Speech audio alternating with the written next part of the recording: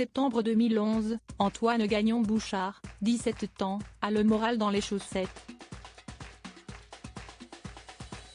Il y a quelques jours à peine, ce grand gaillard a été sélectionné pour intégrer l'équipe de basket du Collège Champlain, au Québec, et il s'apprêtait à entamer une carrière de sportif de haut niveau.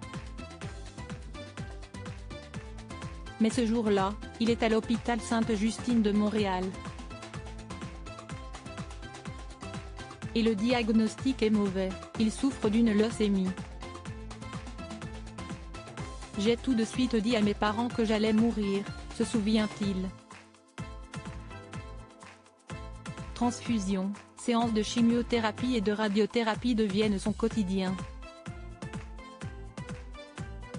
Je ne pesais plus que 62 kg du haut de mon 1,98 m. Je ne me reconnaissais plus.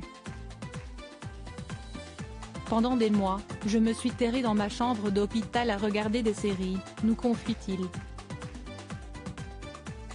Mais l'envie de sortir, il va la retrouver. Sa motivation, croiser Stéphanie Guindon, qu'il a aperçue en rentrant d'un soin. Elle a 16 ans et vient elle aussi d'être admise à l'hôpital, pour un lymphome de Hodgkin. Or il la trouve super jolie avec son crâne rasé. L'adolescent fait tout pour recroiser Stéphanie, mais la jeune fille le tient à distance, mais le coup de foudre du jeune homme n'est pas partagé. Je ne sortirai jamais avec lui, il est vert et il n'est même pas beau. Non, jamais de la vie, lance Stéphanie à sa mère lorsqu'elle voit Antoine pour la première fois en chemise d'hôpital, une poche de sang à la main. L'adolescent fait tout pour la recroiser, mais elle le tient à distance. Les traitements prennent alors fin. Et chacun rentre chez soi. En avril 2013, Stéphanie, qui suit une formation pour devenir infirmière, doit interroger un patient dans le cadre de son diplôme. Elle repense à Antoine, qui accepte. Sa mère m'a plus parlé que lui.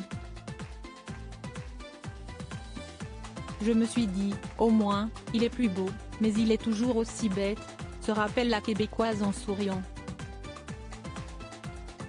En mai de la même année, la jeune femme rechute et une longue hospitalisation se profile. Elle en informe Antoine et, quelques coups de téléphone plus tard, ils conviennent d'un déjeuner et se voient souvent. Lors de ma rechute, Antoine a ensoleillé mes journées petit à petit, la magie opère. Cette fois, s'y estiment mutuellement qu'ils se plaisent. À chaque fois que Stéphanie doit subir des traitements, Antoine l'accompagne. Et il passe la voir chaque jour à l'hôpital.